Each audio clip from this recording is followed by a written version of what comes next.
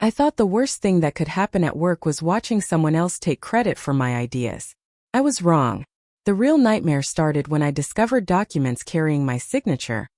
Documents I had never approved. Overnight, I went from being the company's invisible problem solver to the person who could be blamed for millions of dollars in decisions. What happened next exposed a system that had been hiding in plain sight for years, and one phone call from a former coworker changed everything. If you've ever stayed late, carried a team, or wondered why someone else always gets promoted, this story might feel a little too familiar. The moment I realized I had become invisible at work wasn't when my manager forgot to invite me to an executive meeting. It was when I walked past a conference room and heard someone presenting an idea I had spent 6 months building. My diagrams, my research, my strategy, someone else's name on every slide. I kept walking without saying a word, but something inside me shifted forever. For almost 8 years, I had worked for a fast-growing logistics technology company called North Axis Solutions. We built software that helped retailers predict inventory shortages before they happened. It wasn't glamorous, but it was the kind of work that quietly kept billion-dollar supply chains moving. I wasn't the loudest person in the building. I wasn't the one staying after meetings to impress executives or volunteering speeches during company town halls. I preferred solving problems. My name was Stellan Mercer, and throughout my career, I believed that results eventually spoke louder than personalities. Looking back, that belief wasn't entirely wrong. It was simply incomplete. Our operations intelligence department consisted of 12 analysts, 1 department director, and more spreadsheets than anyone should have to look at in a lifetime. The director was Cashin Vale. He was charismatic in the effortless way some people seem born to be. Every conversation felt rehearsed, every compliment perfectly timed, every presentation polished enough to convince investors that everything was under control. Clients loved him. Executives trusted him. Employees admired him, at least from a distance. Working for Cashin was different. He rarely understood the technical side of our projects, but he had an exceptional ability to recognize who produced valuable work. The problem was that recognizing it and rewarding it were two very different things.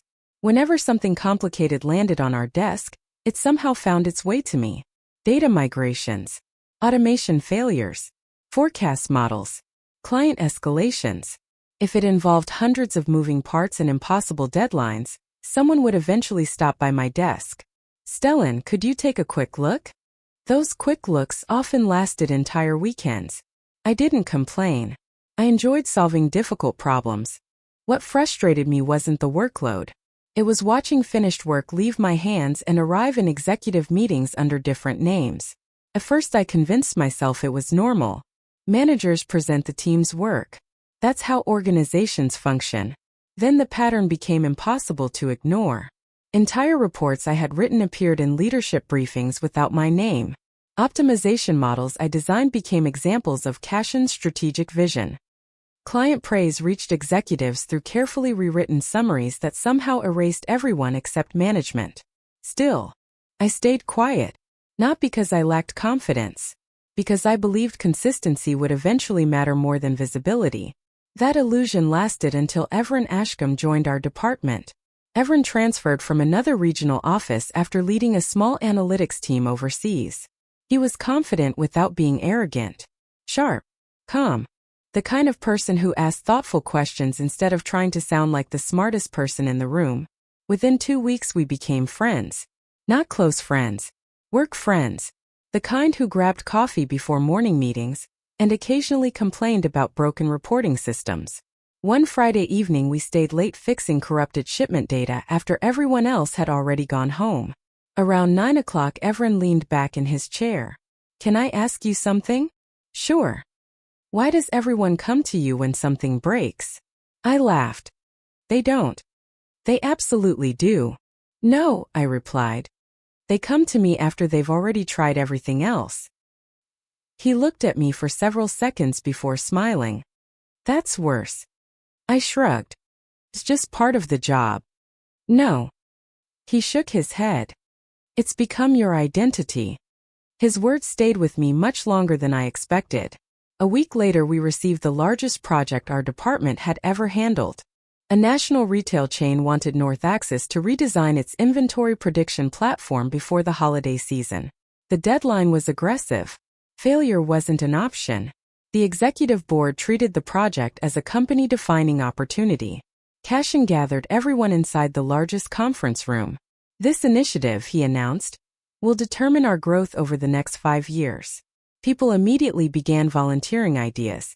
More dashboards, more automation, more reporting layers, more presentations. I quietly filled pages of notes, not because I already had answers, because I wanted to understand the real problem before suggesting solutions. After the meeting, Cashin stopped me in the hallway. Stellan. Yeah, I'll need someone dependable behind the scenes. I smiled politely. What exactly do you need? He placed a hand on my shoulder. The architecture, the forecasting engine, the client documentation, the technical planning. I'll have everyone coordinate communication while you focus on the important work. Something about that sentence bothered me. Not enough to argue, just enough to remember it. Everyone caught up with me near the elevators. What did Cashin want? I hesitated. He wants me building everything. And me. You'll be leading stakeholder communication. Everyone frowned. So, I get visibility. And I get spreadsheets. Neither of us laughed. For the next several months, our lives became one continuous workday. I redesigned prediction models from scratch, built automation pipelines that reduced processing time by nearly 40%, created contingency systems in case suppliers failed during peak season. Meanwhile, everyone coordinated meetings, documented client requests, and kept executives informed. Unlike many managers I'd worked with before, everyone always gave me credit during discussions. Whenever someone praised his presentations, he'd immediately say, "Actually, Stellan designed the framework." It was refreshing, almost suspiciously refreshing, until one Monday morning when everything changed. I arrived early carrying 2 coffees, one for myself, one for Evren. As I approached his desk, it was empty. His laptop was gone. His family photo had disappeared. Even the small notebook he always carried had vanished. Cashin walked past holding his phone. "Oh," he said casually. "You didn't hear?" "Hear what?" Evren accepted another position. I stared at him. "When?" "Over the weekend." "He resigned." Cashin nodded. "Effective immediately. No farewell email. No goodbye. No explanation. Just gone." Then Cashin smiled. "I'll need you to cover his responsibilities until we find a replacement." I looked toward the empty desk one last time. 4 reasons I couldn't explain. It didn't feel like a coincidence. For the first few days after Evren disappeared, I assumed there had to be a reasonable explanation. Maybe he'd received an incredible offer. Maybe there had been a family emergency.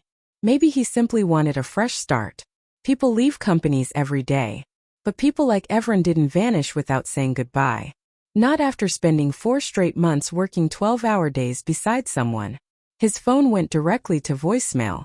His LinkedIn profile hadn't changed. Even his company email bounced back with an automatic message stating that the account no longer existed. It was as if he'd never worked there. The silence bothered me far more than I wanted to admit. Still, deadlines didn't pause for unanswered questions. Within 48 hours, every responsibility Evren had handled landed on my desk. Meeting preparation, client updates, executive summaries, progress reports, technical reviews. Instead of hiring a replacement, Cashin simply announced during our Monday briefing, "Stellan already understands every moving part of the project. It makes the most sense." Nobody objected. Why would they? Most people had no idea how much work was hidden behind those responsibilities. My calendar transformed overnight. Days that used to contain blocks of uninterrupted engineering work became walls of back-to-back meetings. I found myself explaining systems I hadn't touched in days because I no longer had time to improve them. Every evening I stayed later than the one before. 7 o'clock became normal. 8 became expected. Some nights I didn't leave until security turned off half the lights. Cashin always had the same response.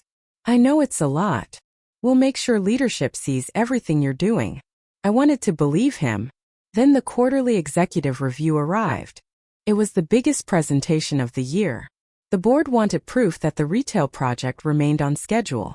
I had spent nearly 3 weeks preparing every technical document. 46 pages. Performance metrics. Risk analysis. Infrastructure planning. Recovery procedures. Even backup scenarios if suppliers experienced holiday shortages. The night before the meeting, Cashin stopped beside my desk.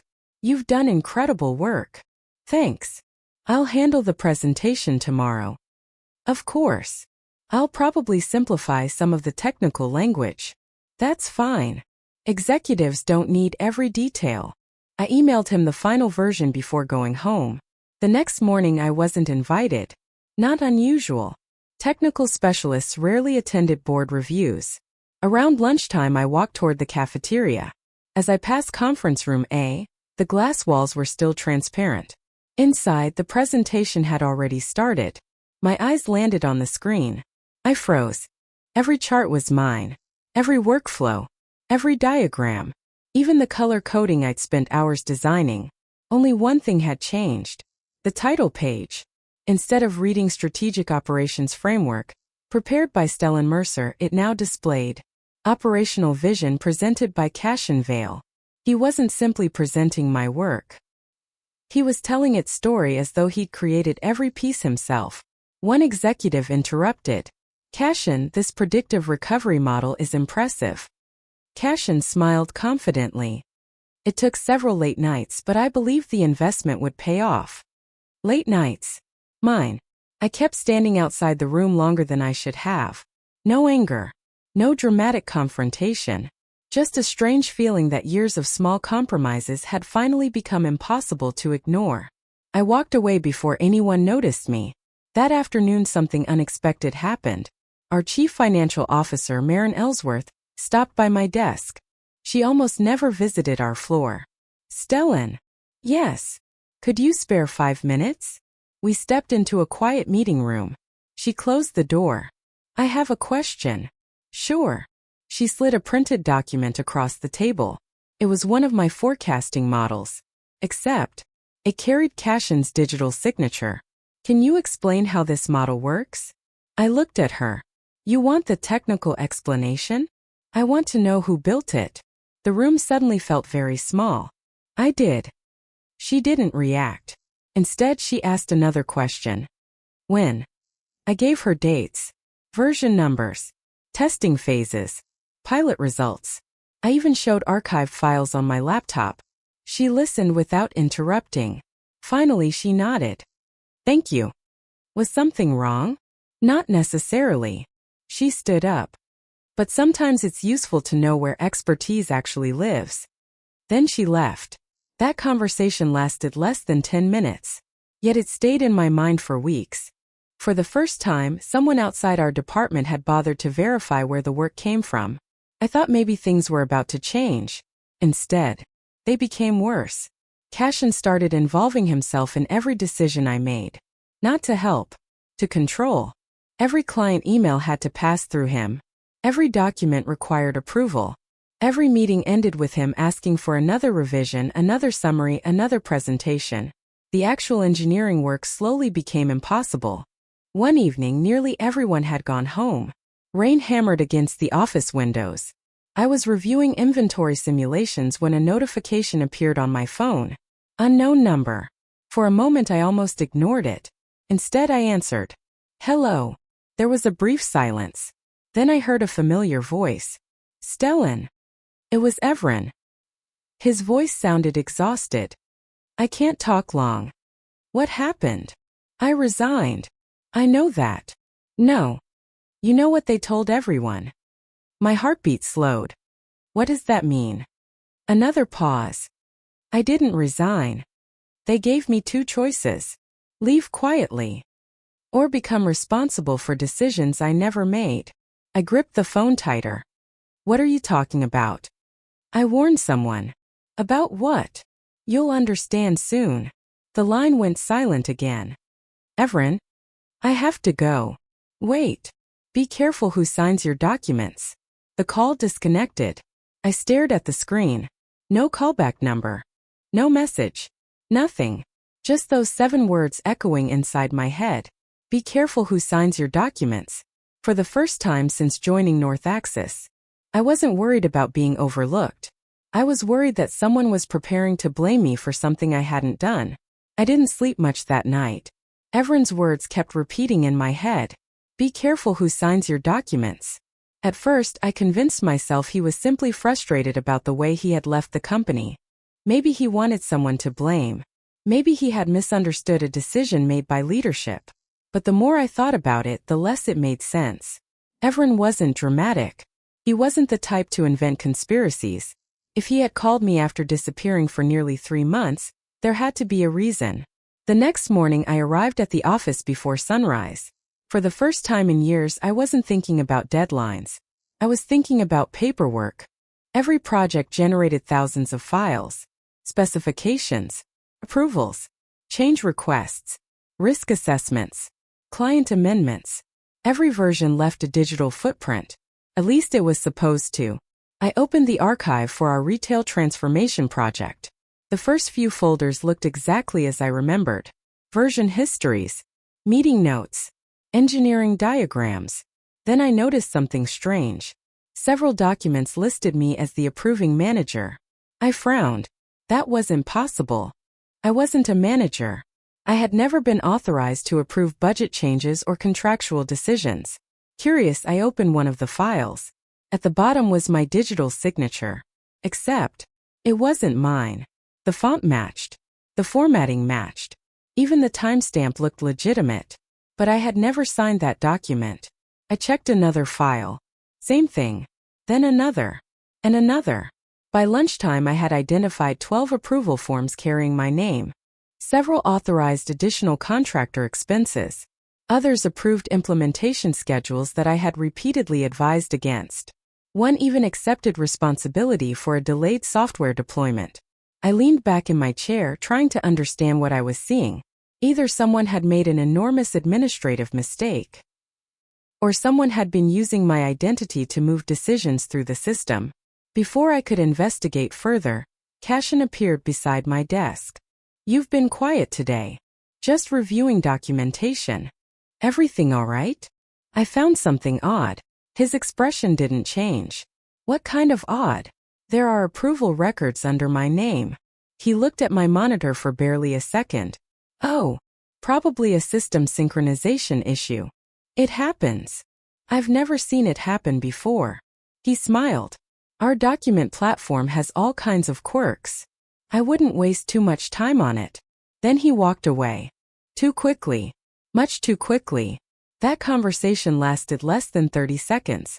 Yet his answer felt rehearsed, as though he had expected the question.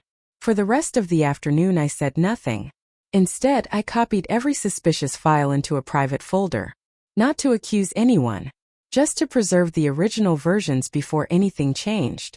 Around 6 o'clock, almost everyone had left. Only the cleaning crew remained. I was preparing to shut down my computer when someone knocked softly on the side of my cubicle. It was Kaya Rowe, one of our compliance analysts. She almost never visited operations. Do you have a minute? Of course. She glanced over both shoulders before speaking. Not here. We walked to the empty employee lounge. She didn't sit down. Neither did I. I heard you've been reviewing approval records. My stomach tightened. Who told you that? No one. I saw your access requests. Compliance systems tracked almost everything. I should have known. Kaya folded her arms. I'm going to ask one question. Answer honestly. Did you personally authorize the logistics expansion budget? No. The supplier substitution? No. The accelerated deployment schedule? No.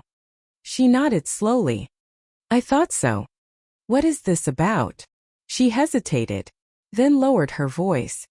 Someone has been approving operational decisions using technical staff credentials.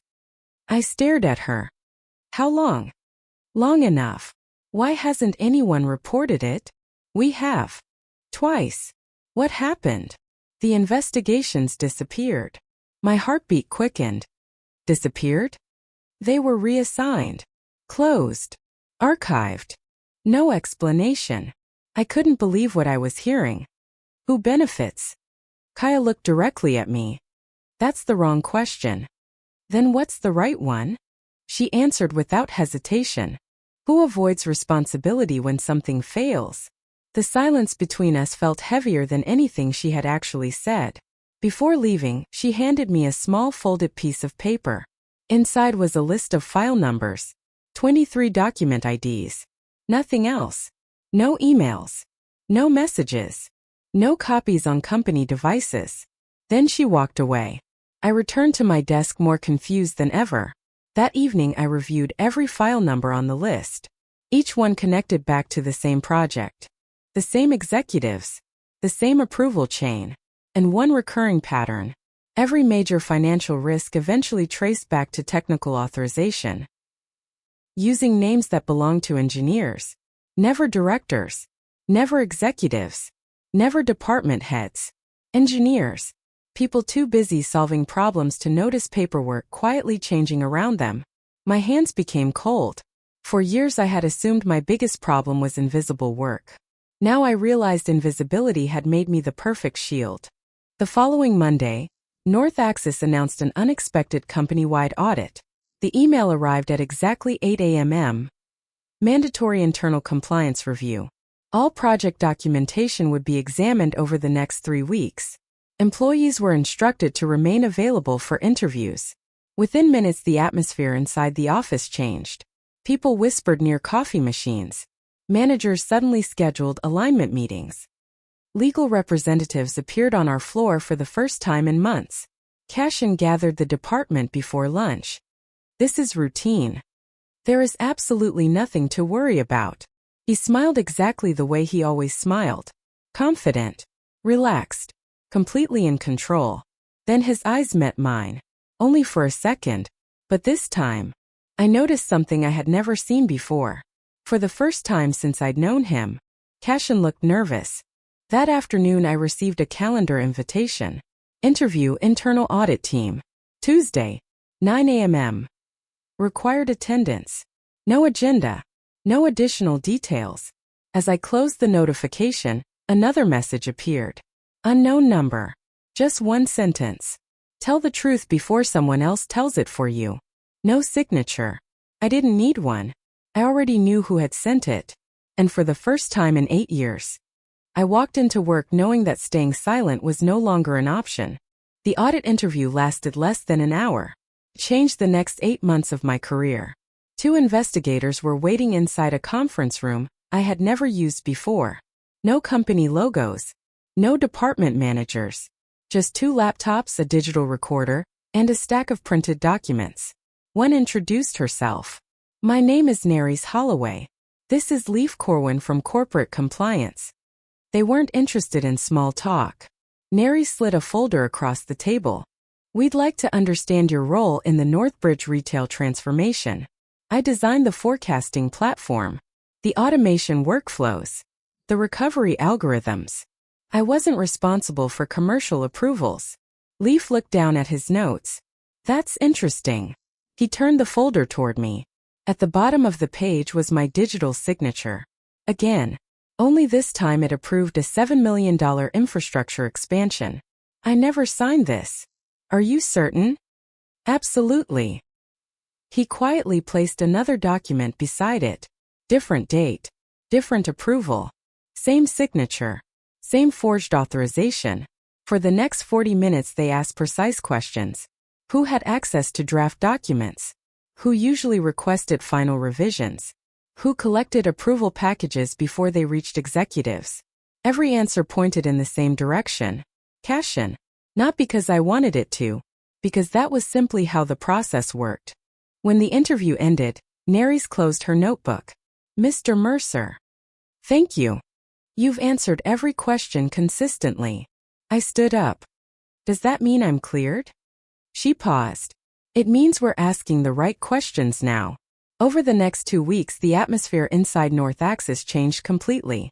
Executives who had spent years walking confidently through the office suddenly traveled with legal advisors. Meetings disappeared from calendars. Projects were quietly reassigned.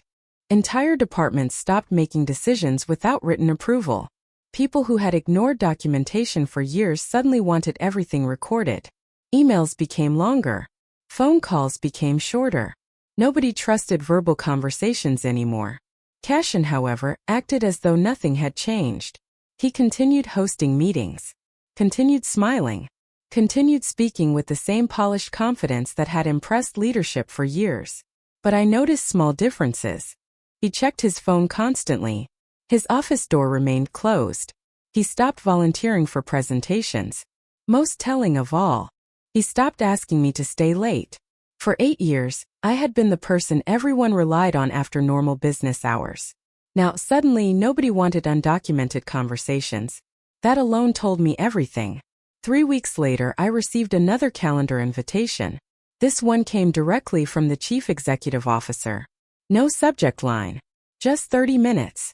Mandatory. When I entered the executive conference room, only 3 people were there. Theo Nares and Maren Ellsworth. Cashin wasn't present. Neither was human resources. The CEO spoke first. I owe you an apology. I wasn't expecting that. He continued. We believed visibility reflected contribution. It doesn't. No one said anything for several seconds. Finally, Maren placed another folder in front of me. Unlike the previous ones, this folder contained timeline charts, access logs, version histories, internal messaging records. Thousands of digital events reconstructed over several years. The evidence was overwhelming. Documents had been edited after technical teams completed them. Approval pages had been replaced. Ownership fields had been rewritten. Presentation authors had quietly changed before executive meetings. Not once, not twice, dozens of times. Across multiple departments. Cashin hadn't acted alone. He had simply understood a weakness in the company's reporting structure. Real work happened deep inside technical teams. Recognition happened several layers higher. Very few executives ever compared the two. Until now. The official announcement came 2 days later. Cashin Vale was no longer employed by North Axis Solutions. The company described it as a leadership transition. Nothing more. There was no dramatic farewell. No public accusation. No angry speech. His office was empty before lunch. By Monday, another employee occupied the space. Corporate life rarely ends with explosions. Most endings arrive quietly. Boxes carried through parking garages before sunrise. Access cards deactivated without ceremony. Names disappearing from organizational charts overnight. People expected me to celebrate. I didn't. Several coworkers stopped by my desk. You were right. I always suspected something. I can't believe he got away with it for so long. I answered every comment the same way. I wasn't trying to prove anyone wrong. I just wanted the work to belong to the people who actually did it. That difference mattered. More than anyone realized. A month later, I received an offer. Ironically, it wasn't from another company. It came from North Axis. The board wanted to create an entirely new department focused on operational transparency, clear ownership, document integrity, technical accountability. They asked me to lead it. 8 years earlier, I would have accepted immediately. Back then, a new title would have felt like victory. Now, I asked for 2 days to think. During those 48 hours, I walked through parks instead of spreadsheets, cooked dinner without checking email, ignored my phone after 6 in the evening. For the first time in years, I made a decision based on my future instead of my loyalty. When I returned, I thanked them sincerely. Then I declined. The room fell silent. The CEO finally asked, "May I ask why?" I smiled. Because the best opportunity of my career shouldn't begin where I spent years convincing people I existed. Nobody argued. Nobody tried to negotiate. I think they understood. 3 months later, I joined a smaller technology company called Viridian Pulse. Fewer employees, smaller budgets, less prestige, far healthier culture. During my first week, my new manager, Loan Sloan, asked a question that completely changed how I viewed leadership. She looked around the meeting room and said, "Before we discuss results, who actually built this?" One by one, every contributor explained their work. No borrowed credit. No polished storytelling. Just honest recognition. It took less than 5 minutes. Yet somehow it felt more professional than everything I had experienced during the previous 8 years. Sometimes people ask whether I regret staying at North Axis for so long. I don't. Those years taught me something no promotion ever could. Talent creates value. Visibility creates opportunity. Integrity determines which one lasts. You need all three. Ignore any one of them long enough, and someone else will gladly use it for their own success. I still work hard. Some weeks are exhausting. Deadlines still exist. Projects still fail. Clients still change their minds at the worst possible moment. But one thing is different now. Every document carries the name of the person who created it. Every meeting begins by recognizing the team behind the work. Every decision has a visible owner. Accountability isn't hidden inside organizational charts. It's part of the culture. Looking back, I no longer remember the presentations where someone else stood in front of my ideas. I remember the day I stopped believing silence was professionalism, because silence doesn't protect good work. Clarity does. And the most valuable lesson my career ever taught me wasn't how to build forecasting systems or manage impossible deadlines. It was learning that your reputation should never depend on someone else's willingness to tell the truth. Once I understood that, I stopped chasing recognition. I started choosing environments where recognition was built into the way people worked. That decision didn't just change my career. It changed the way I measured success. Not by titles. Not by applause. But by walking out of the office each evening knowing that my work, my time, and my name all belonged to the same person. Me.